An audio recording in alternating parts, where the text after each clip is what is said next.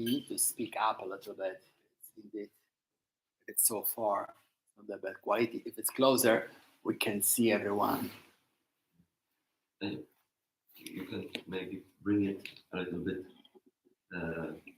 50 centimeters to us, and we will try to be speaking more loudly and also to direct our speech to the direction of the computer.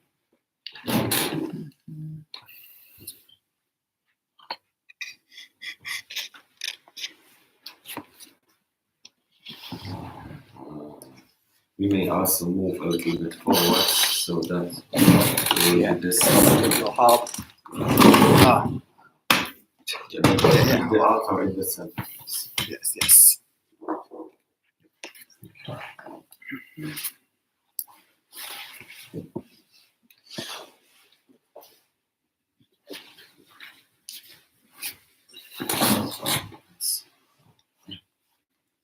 Almost.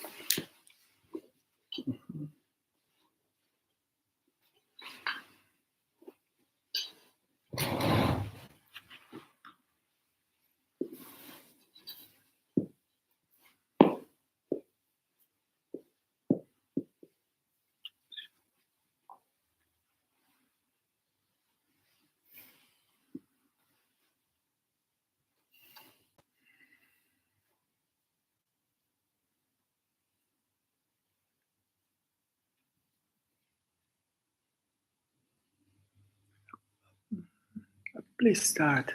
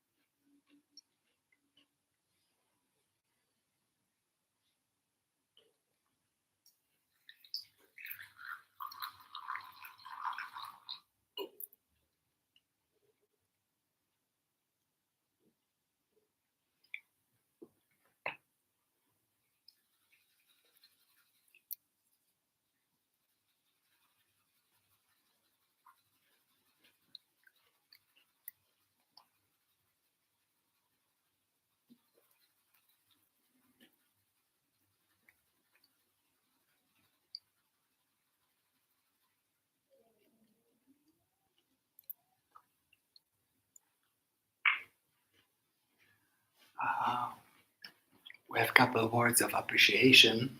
I will use this moment. And from Jurek Jagucki, Genio. I'm together with you from the very beginning. Good continuation and many gashos. Parida says bravo, and Marek Garbacz says that he's under a huge impression. And I have a comment, I have a question actually from John Hibalti Blondstein, asking if we will do the next retreat in Moscow. Moscow.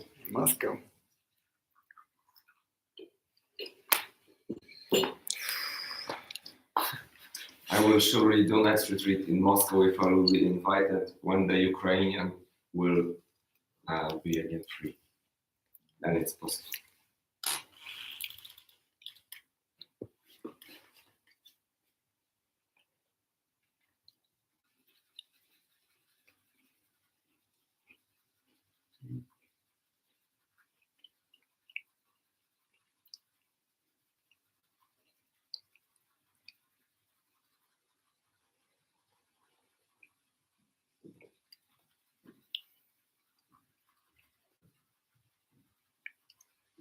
I think with our record of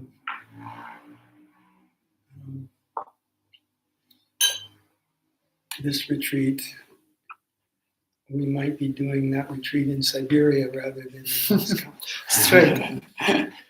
Straight to Siberia. Straight to Siberia. Yeah. And maybe don't go. I've got warm sleeping bags. Don't go by plane.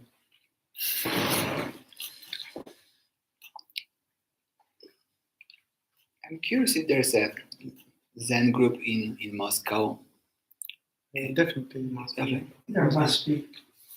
In Moscow, there's everything. There used to be. There are quite a few Russian students who have trained at Sogenji. There are. I don't know if any of them are in Russia at this point, but there were several when I was last at Sogenji, which was 10 years ago. There was 3 of them. Seishin, Seitoko, and Sergei. Seishin is living in Sweden for some years already. Seitoko, as I remember, moved to Swiss, and I do not know Sergei, but I saw him that he was at Rohatsu session this year. And I know I don't know how many, but there's MBSR core of students in Russia. Used to be a lot of them. Yeah. And also, they even did some research.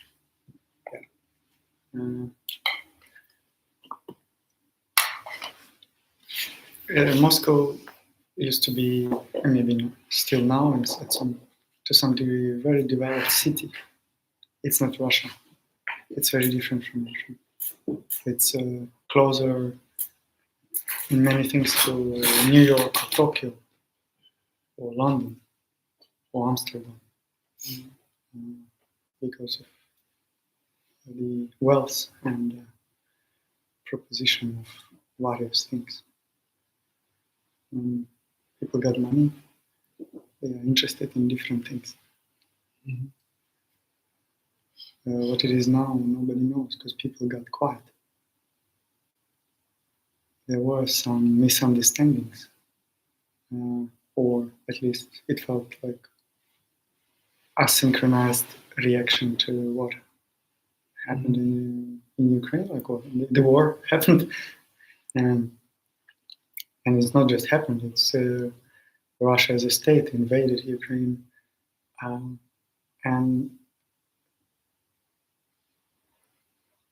I've seen myself some people in the BSR group where I was, and also heard from other people studying mindfulness in a more traditional way. I don't remember the name of their teacher, but it's not in BSR. They call it mindfulness, but it's more like goes to traditional rhetorics. And they also, in their community, which was more connected and more like friendly to each other, but also there were people who really didn't understand what was happening and not necessarily agreed to believe what Ukrainians were saying about what was happening. And rare, but some people had absolutely different views, like pro-military or maybe not aggressive, but somehow it's supportive. Not being against can be supportive. So I myself would be, if anybody interested, for those who listen to us or maybe anyone from the group,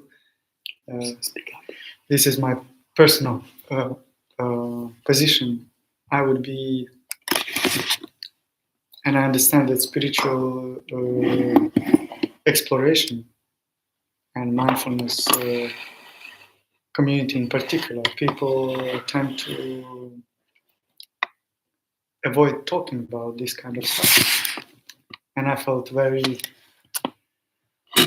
supported and in real world when I met John Kabat-Zinn, when we started talking. He was so down to earth and in real life, not he wasn't talking quotes and abstract philosophical stuff.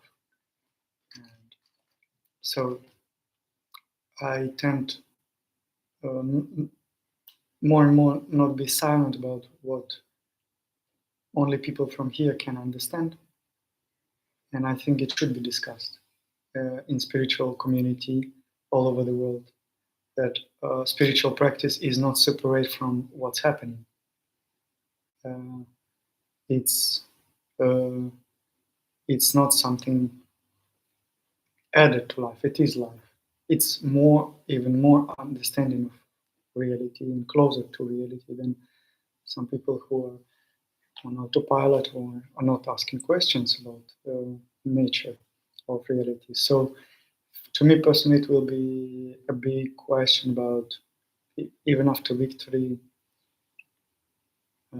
how to make the relevant discussion between world and Moscow. Maybe it's more easier because foreigners could be more kind of open to something, but also distant from something. And I experienced that, and it was pretty traumatizing to see how someone gets into such a complicated topic and very traumatic topic. And it's not traumatic after years, it's happening right now, still happening. Coming with abstract understanding of friendships, love, and forgiveness or whatever. It's very complicated topics. And I guess it will be very necessary to discuss, to communicate, and to build bridges, but in a very cautious and very nuanced way. I can give you an example how this distanced and not nuanced approach, what can it lead to, how it can end. So the community, or not the community, I cannot call it a community, it was a chat of MBSR students and graduates, mainly Russian students and some part of Ukrainian students. And when one of the things that happened several months after invasion, that the trainer, the teacher who taught all of those people, trained all of those people, who owned this chat, who was a leader, kind of. Even though in mindfulness there's no leader, but it was in a way. He didn't say much about. He didn't show his position on what was happening. He was balancing between things, and at first it wasn't clear why, and it was kind of covered by this let's practice, it's not the place to discuss, which is to me is just crazy. And what happened later? So basically, 2 Ukrainian students, now teachers or trainers, were hushed. They were told not to talk about it in the chat when they came screaming for help and spread the word and let's discuss. And later, he, in a consultancy with his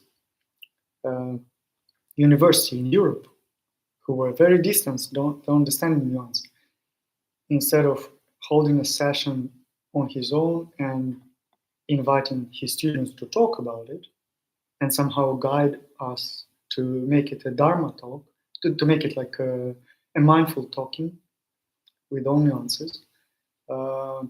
He invited teachers from different countries, from affiliated with this university, to hold the meeting for Ukrainian and Russian trainers affiliated with this person. And he just stepped out to be a translator. And those teachers who came to run the session, it wasn't the session about war or sharing about anything. It was about how do we teach now at this awful time? How is our teaching? How is our practice and how is our teaching? Can you imagine the group of mostly Russian teachers and a little bit of Ukrainian teachers? We are really living in different realities, different worlds. Some of us are risking life every day, and some of them are watching these just online and also not sure about their position on that. And those international teachers who were running this session, they didn't raise a topic of war. It was group rooms in Zoom. We were talking, discussing how we teach now, and then what obstacles in teaching, how do we practice. And in a big group, nobody wanted to really talk. And one of the teachers who was invited there, who didn't realize where she got, but had a really good intuition, she said, I feel a lot of tension here. Even nobody speaks. She said, I feel a lot of stress and even fear. But there was no schedule or a question to let it out. And in small groups, when we were divided, there was me, there was this guy who was teaching us, and there was this Ukrainian other trainer, and a couple Russian trainers, instructors. And we had 5 minutes to share about how we teach, and we were silent. He wasn't saying a word. Even kind of we expected that he would say, at least in this small group. And suddenly this Ukrainian student, newcomer as an instructor, she began speaking Ukrainian. We used to speak Russian because kind of it's dominated by Russians group, and kind of we are there like secondary. And she began speaking Ukrainian. And she said, like, at this moment, she was in tears. And she said, at this moment, I want to speak Ukrainian. there's no teaching. I'm not teaching anybody. We are not in this situation right now. We said like all my teaching is, all my practice is just to be present and not to harm my family because of the stress. Just to be, at least sustain some peace inside of my small family. That's all I can do. And I began speaking to her Ukrainian, and we kind of a little bit connected. Those other Russian teachers, was stress for them too, because they didn't ask about and they didn't know what to do. Nobody said what's going to happen, and nobody led the process of what's going to happen. It's great that me and her, we had a connection, and we kind of let them just witness how we helped each other. That guy was silent, and we get to the main group, and again another teacher said there's a lot of stress, but as I understood, nobody discussed the war even in those groups, and that was it. And then he separated different groups, tried different projects, but it felt like he's taking care of his business, because in Russia it was a big chunk of his business, and Ukraine was a little. So that's very. If someone saw a film, from what I told now, they would be like, "This is very unfair. This shouldn't be happening." And the most awful thing to me personally is that trainer, that female, this woman teacher, and the other guy who were told to hush in the chat, they both keep in touch with that teacher. They both kind of respect and praise. They don't understand what happened. They have such admiration and respect. So they miss this point. And so I guess that any tendency to make Ukrainian and Russian people friends or unite, even that we practice something that boundaries. There is a level of everyday life and choices. And I'm very afraid that Dharma becomes in the world popularized, this mindfulness, sometimes called mindfulness. Mm-hmm. That it becomes just words. Just we peace, love, we all together, but doesn't lead to personal deep observation and sacrifice and choices. So I would be happy to be part of those efforts that would be try to do it like really nuanced and really honest. It would be hard to support just someone, no matter the rank of a name, who would be just like Pope from Rome, which is like, for us in Ukraine, it's just a bad joke. Going there, like talking to Putin, like trying to, like, kids, please don't fight. It's not that. I believe that Dharma and various ways of teaching can be very helpful for us to heal and connect somehow in future. But it can be only honest and really nuanced. I'm sorry for such a long speech. It wasn't really invited. I had it as a stone on my heart. Mm-hmm. And maybe it's one of the very few times that I really talked about it with anybody, because not so many people can understand what I'm talking about.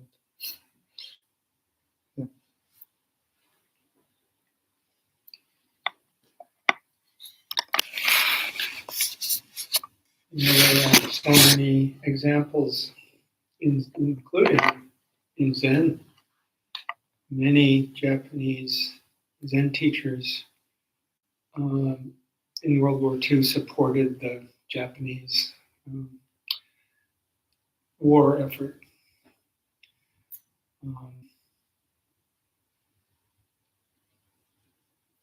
Yeah, so it's a big tension that happens around. I think the situation from the past is different because we look it from the outside. The situation that Varta is speaking is from his own experience, from his own reflection. Yeah. So that's why he can bring to that situation true wisdom. And also, I think that the world back then is so focused on their reality. It's not connected to the big world. And you can fall into belief and narrative because it's your everyday reality, like your tribe, your something. We are living in the world where all the information is open, and anybody, a school student, knows more about the world now than the wisest teacher 50, 60, 100 years ago. I mean, information, not the wisdom of the heart, but information. So it's very tricky. I think now that's why I feel that now we have much more responsibility, everyone, because not knowing something is possible only when you don't want to know. It's not like you cannot know.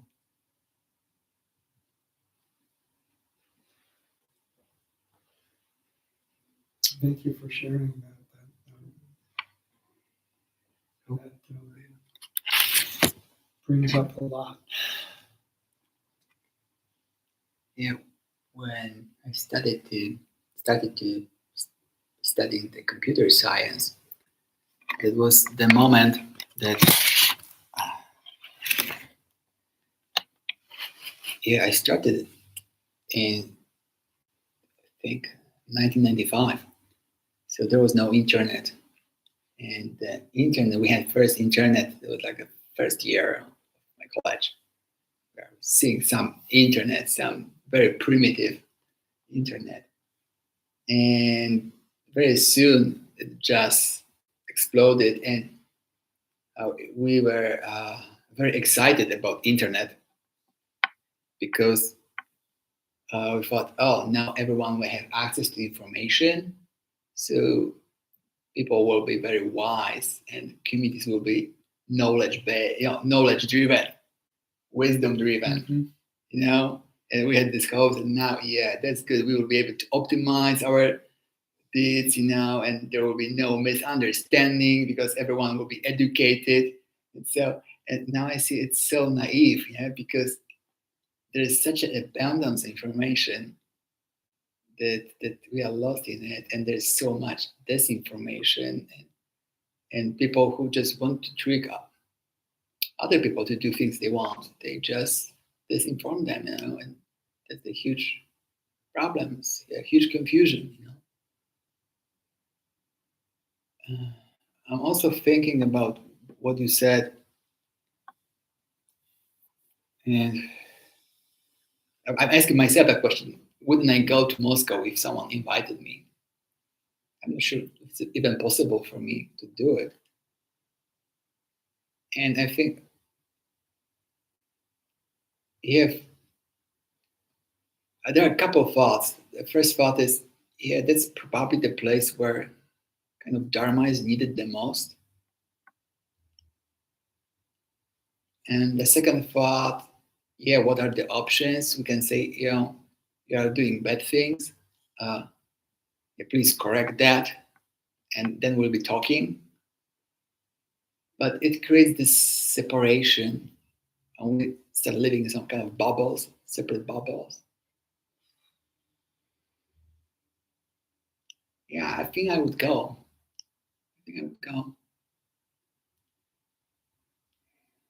I don't know if I would be useful there. And I don't know. Also, I don't know much about Russia. I don't know much about the way they are kind of organized thinking, explaining things to themselves. And it would be interesting to learn about it.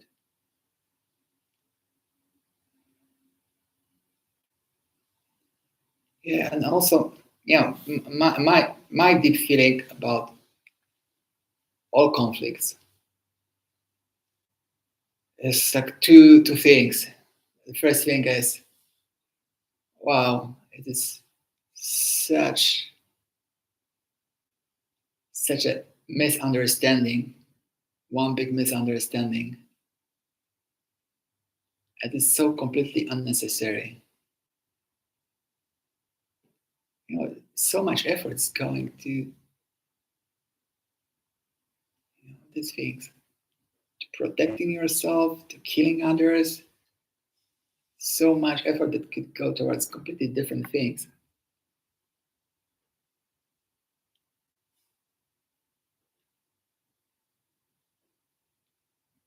And I'm sure there are some people in Russia who have some reflections about that. I heard about many protests in Moscow when the war started. And people were protesting. I heard that the prisons and jails are full of people who are protesting against the war.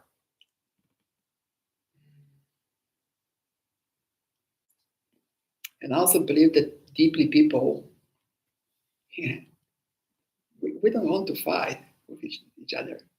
We deeply don't want to fight with each other. That's not what we want. And that's, we usual people, we just want to, do nice things, go and have a beer, and talk, get to know each other better. And, the problem is when the politicians start kind of dividing us and saying, oh, you should don't like these people because they want to do this to you, and we can so easily get tricked and put these narrow views that, oh, I'm this, I'm in danger, I have to do that, otherwise they will do that.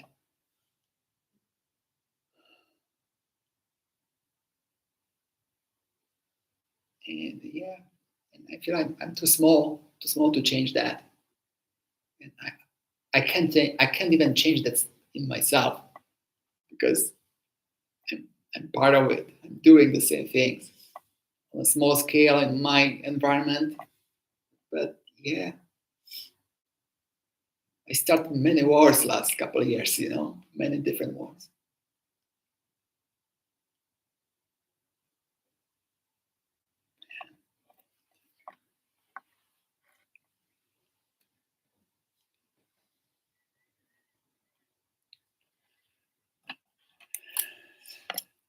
I notice a lot of tension in my body, just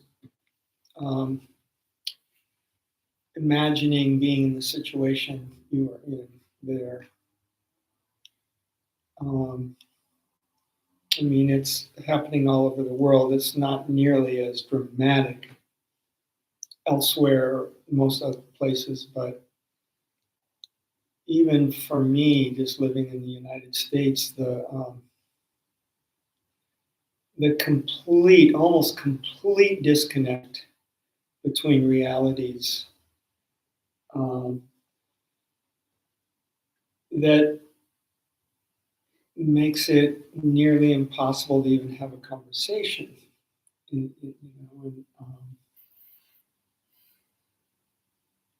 So I'm noticing how much tension that brings up for me because I have not found.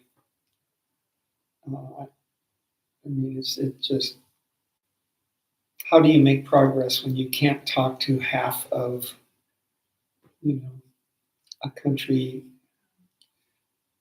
or when it's just so polarized that it's impossible? And yeah, that would be a very stressful situation for me to be in, that you were in. I think that was very, actually brilliant of the Ukrainian woman to break the silence in the only way that she could speak to it.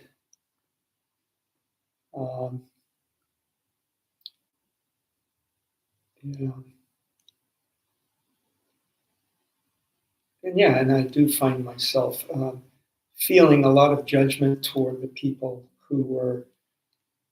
I mean, empathy to some degree, because how can you be both a Russian group and a Ukrainian group talking about mindfulness in a situation where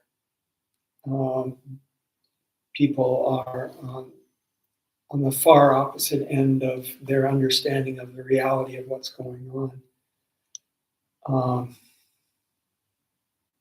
And yet not talking about it is really,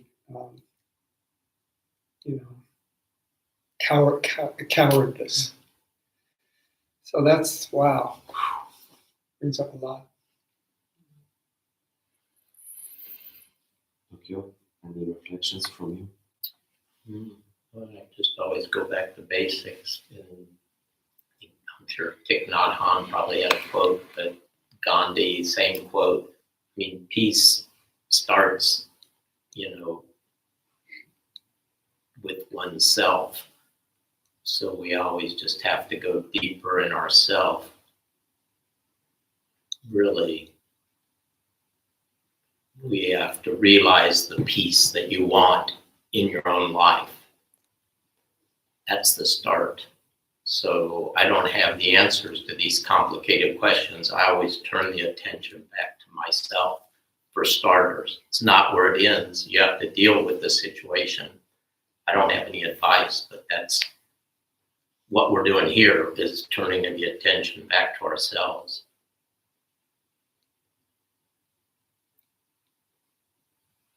Say again, do you have any thoughts on this?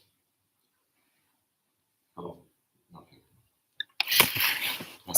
Possibly. Just as we were sitting on the bank of the river, I remembered I was at that place. There was a stone near the river on the bank of the water. Actually, it's not a stone; it's a sculpture. It was installed before, and it's a sculpture. I think, if I'm remember it correctly, it's about that not every bird gets to fly over the Dnieper River. Not every bird can reach to the other bank. Yeah, that it's big, and some birds can fly over, some birds can't.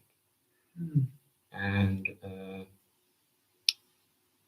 I remembered the time before I was near that sculpture. I used to even rent a boat to come just near and touch it. I just like the idea. The sculpture, I don't really like the technique, but the idea is, I think, beautiful. And I remember that when I was last there was many boats, including mine, but today there was only 2 military boats, some patrol. And it was like, this thought was, I hear it in your reflection of this, that this is so unnecessary. This is such a waste of resources, energy, time, and human life. And for what? They, even with all their strength, they cannot win this war. It's impossible. It's just impossible to win this war from their side. Just everybody loses in us and them. They will lose more because when this war will end, all the sharp corners will go there. Because still there's more Russians there than Ukrainians, but there are more people in the world than Russians. Like, so the more people will awake, like Russians who are more conscious, they move out because they know that the situation is, I don't know, from my point of view, it's worse even for them because for us, it's rockets flying to our house. And there was a situation also, one of these massive attacks. I would be late for because of the air raid. I didn't have time to hide in the shelter, and I would just take my bike and go to my student because my workshop is at a really safe place. It's like a bomb shelter, which is a good thing. You could like live there for 2 weeks because it has everything that's needed, and it's a little bit underground. And I would just took a bike and ride to the place because she was already there, but because of the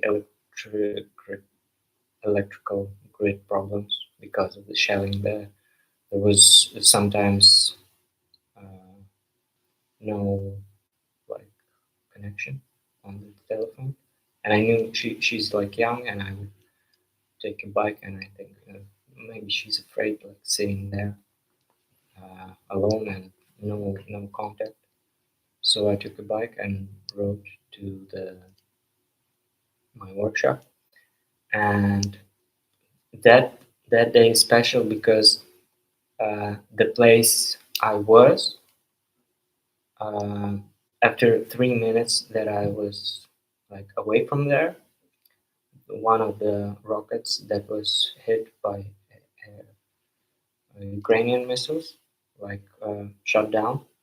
It landed right near the place where I was. So it was actually safer for me to go on the road.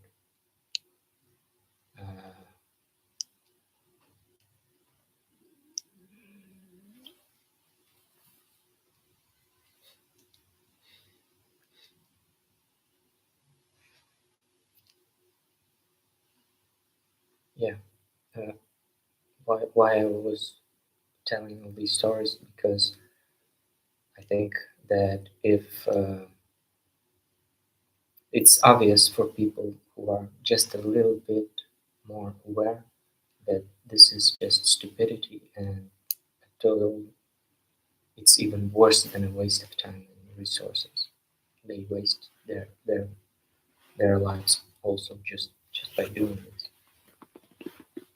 And there are many examples, but if these people who make decisions, if they would have not just this technique, just any technique, just any practice, even like, I don't know, even if they would just try to raise their awareness, that would we live all in a better place and not have to have this unnecessary sufferings that you were talking about, because they have many resources, but they are like that unstable chair that you were talking about. But this chair is like higher than ground, and it's very lucky.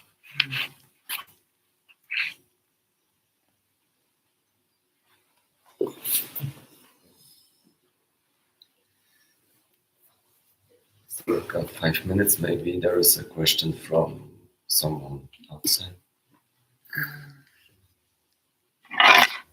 See any question here? Yeah, they're asking us to turn the volume up.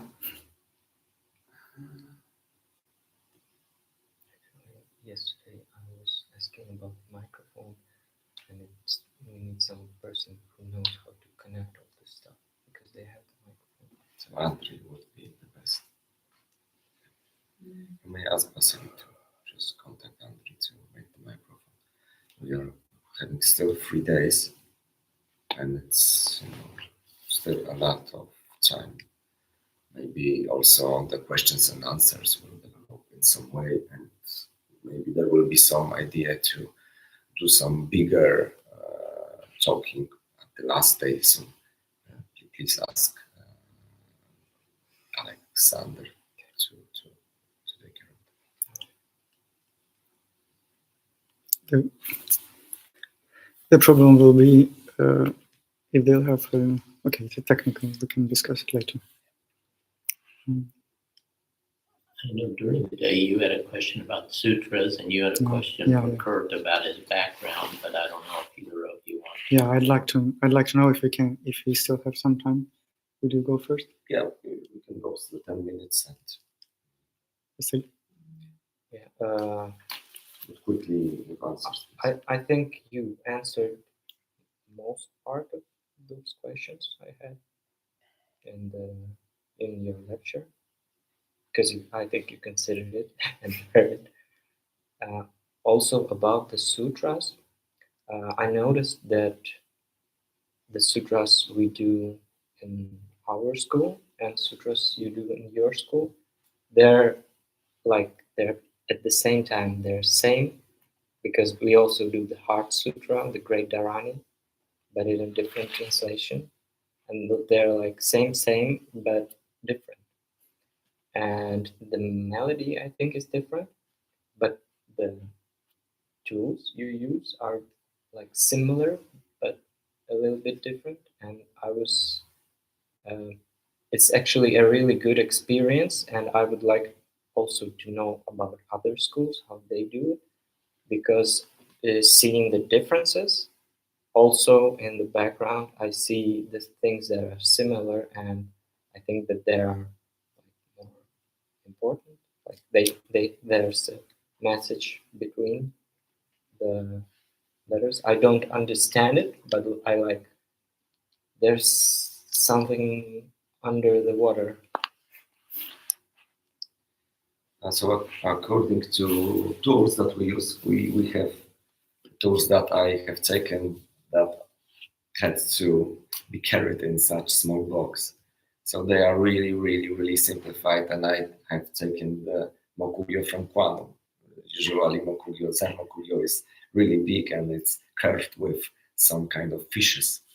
And there is a very heavy staff pallet to make the rhythm. The bells are very big. I've taken the smallest one with 2 tones just to use them in different situations. But usually there is a really big bell with a really low and powerful tone. And smaller bells like Inkin and these small bells are quite similar.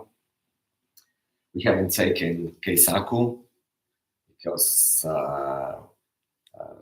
thinking about that, there may be here people from Ukraine that are just starting in the practice. We didn't want to have this connotation with stress and with any force. That's why we also changed the schedule to make it very soft. And I noticed that you often, Kurt, mentioned that there is a lot of speaking, but really because of this schedule, you do not even notice that there is a lot of sitting. I can count, and you will be like really shocked how many hours of sitting we have, even including that now I'm sitting, even including that at your NBSR I am also sitting. So without that exercises, your body would be tensed and you would be really fed up with sitting. My intention was to, because of you, because of Dokyo, and I do not know any of you, my idea was to make it really soft and easy and just swimming from days to days with zazen in good quality, and also with that relaxed way of getting the conversations and getting to interact with you, because I'm finding it really, really, really precious what you share with us. Yes.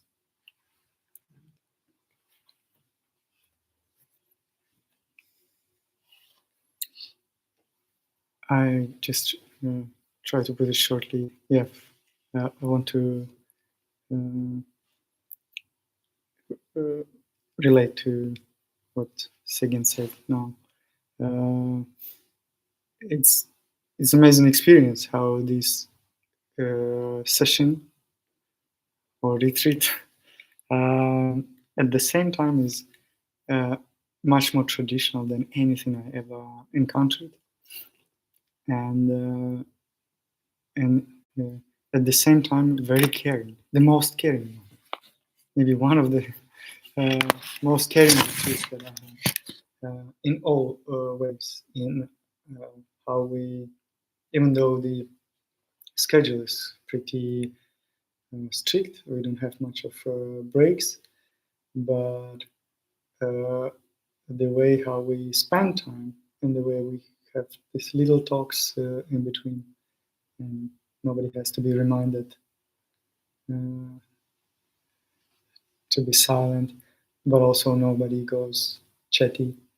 And the exercises, mindful exercises of that Dobrik Kachin does for us, and Court, and the ones by Sigyn. Today I felt that finally for the past 3 days I suffered a lot from my neck and my shoulder. It was an injury that I was trying to heal for the past months, and got worse here because I didn't do my usual exercise. And today I felt it a relief, and it began to kind of get quiet. So I'm very grateful to you for making it.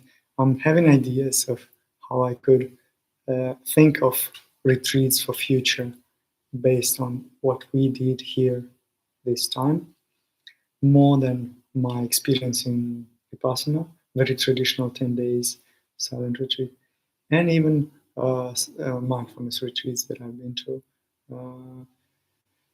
Yeah, and I had a question about sutras, but I don't know if there is time. It's very basic. How would you describe it to someone who is not familiar with the Zen tradition or Zen teaching? Some sutras are in English, which I understand why, to understand the meaning. Maybe it sounds weird to be in English to somebody in a traditional way of approach. And some are in Japanese. I assume it's Japanese. I don't know Japanese.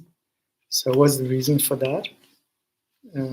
Why not all of them in Japanese and not all of them translated?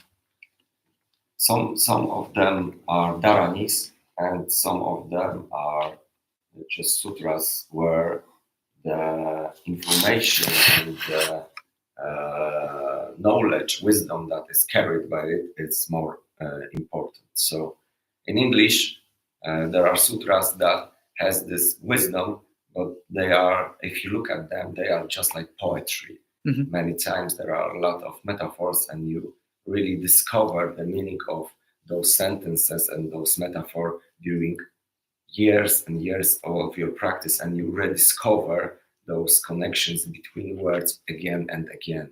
That's why if you chant it even every day, the meaning that you put on it because of your experience changes, deepens. I had some different understanding even today reading the sutras than I used to have. The dharanis are the sutras that are in Japanese, and they are mostly about the practice of getting your full energy into that, because you are just using energy and voice to stay in that samadhi, concentrated state of mind.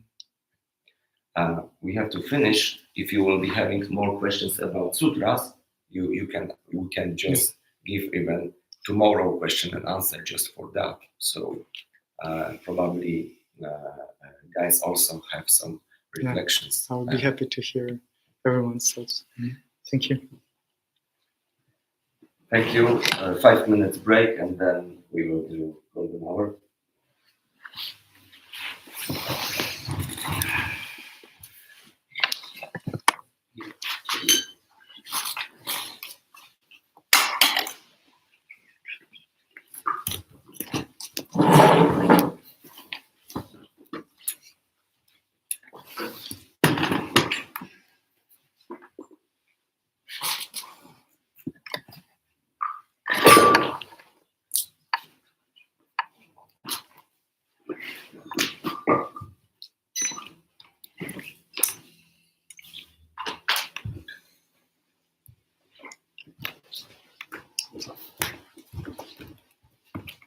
So,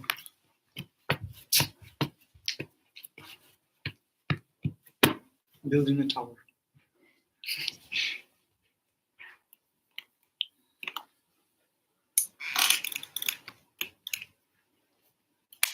After 2 days sitting on a chair, now I understand very Sit tough down. because knees are heavy.